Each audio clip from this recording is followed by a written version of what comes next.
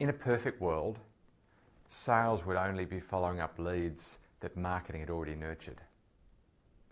In fact, in a more perfect world, inside sales would be following up those leads, and then sales will be meeting with the prospect after the follow-up. But sometimes the salesperson still has to do a cold sales email. How do you make that work? Funnel Vision is brought to you by Math Marketing, creators of the Funnel Plan.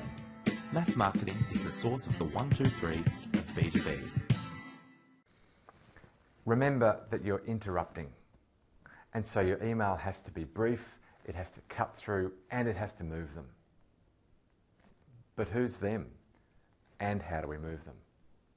In this week's show, I'll share with you 8 steps to making a killer cold sales email.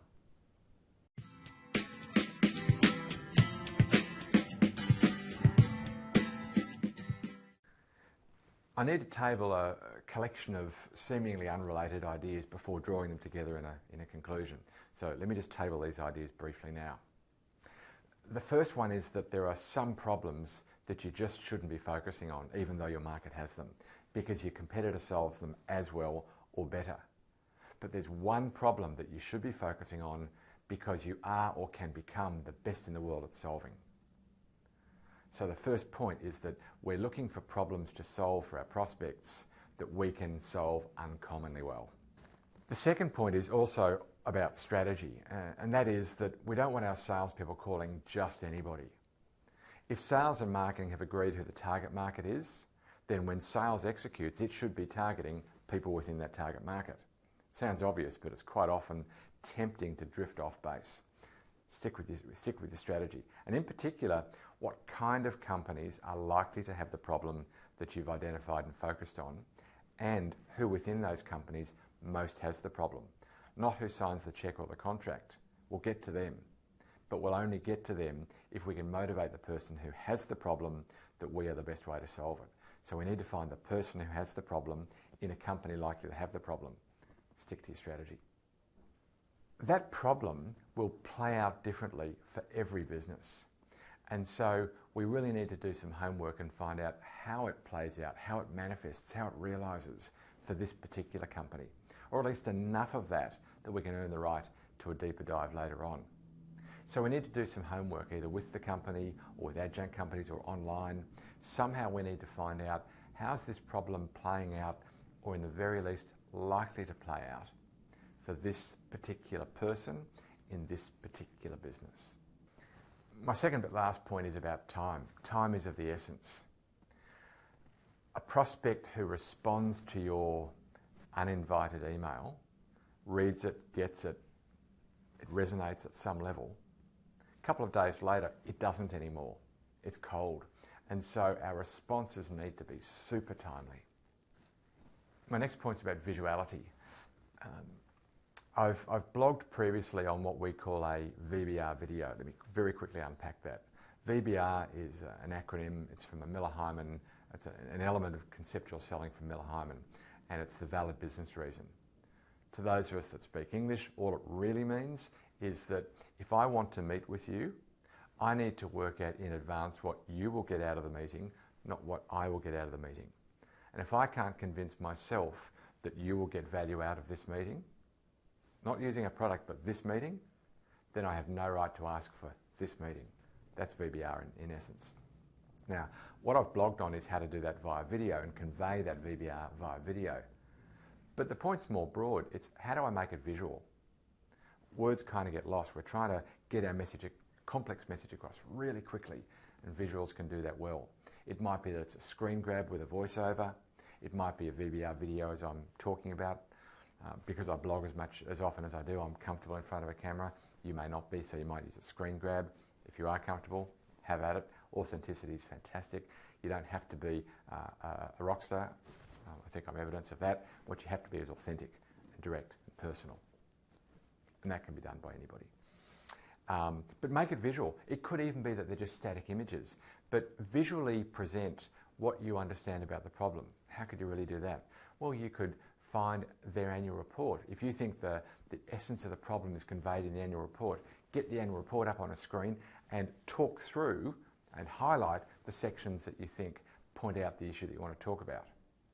It could be, we've got a customer who sells a range of products to help farmers to build profitable farms. So you might show an image of a bad farm. Talking about the issue is one thing, showing it another. So, final point is about visuality. So we need the email itself to cut through and move the prospect from what's this interruption to I think I want to talk to you. How do we do that? I've got 8 steps to share with you.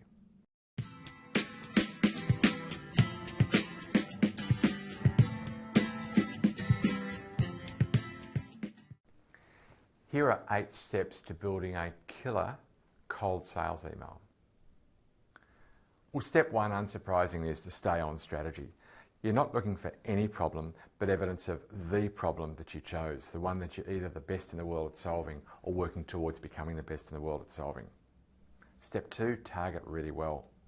A company likely to have the problem and the person most likely to be impacted by that problem, not the person who signs the check or the contract.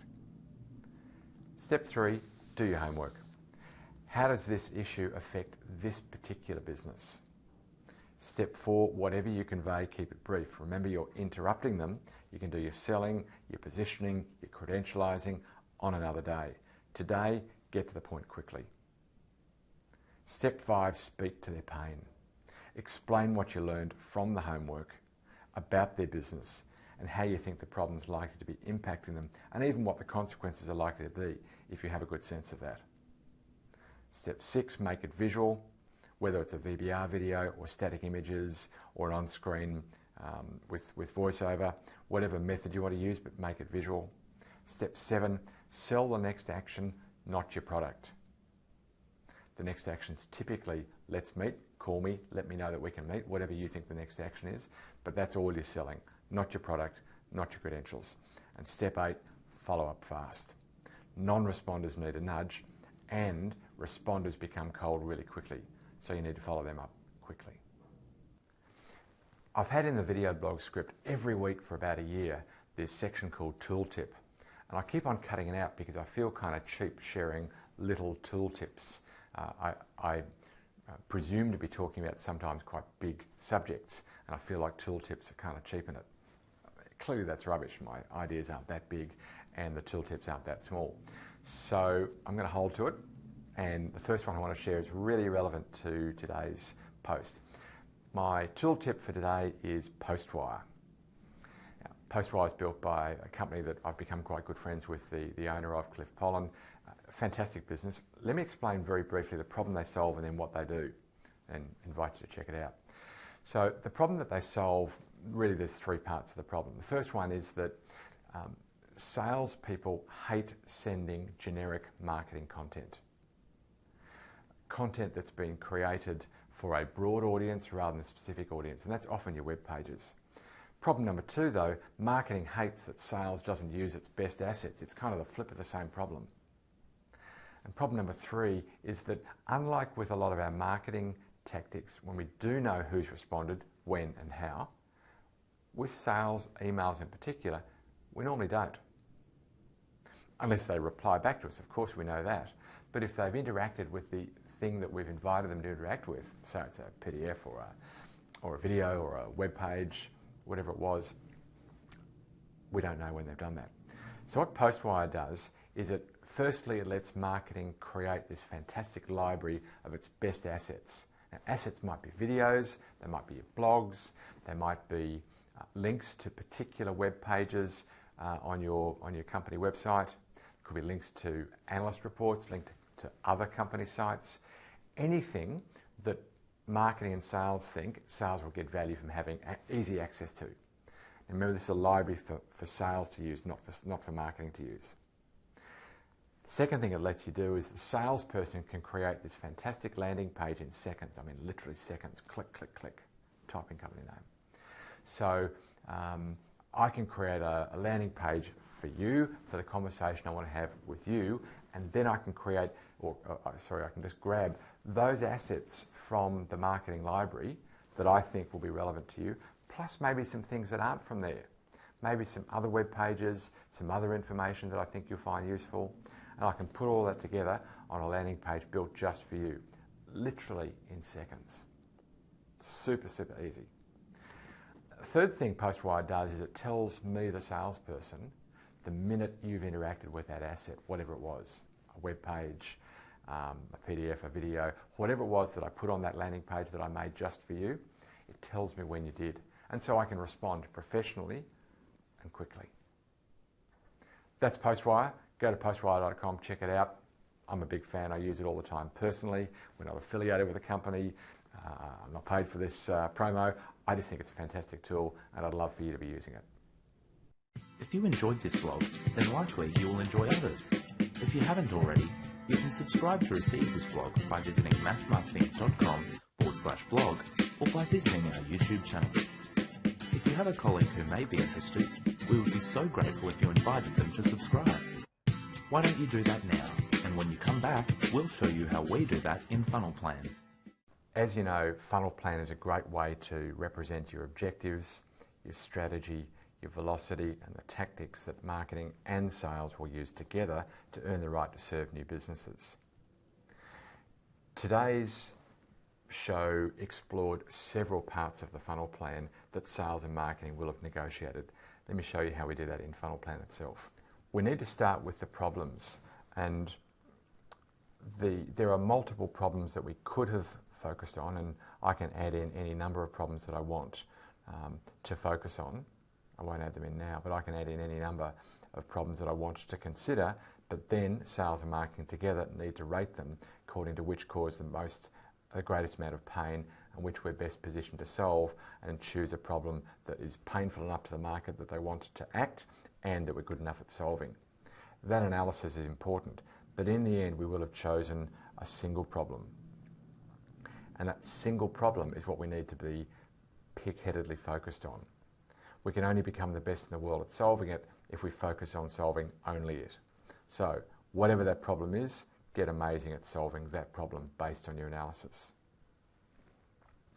Now, the next point is around strategy.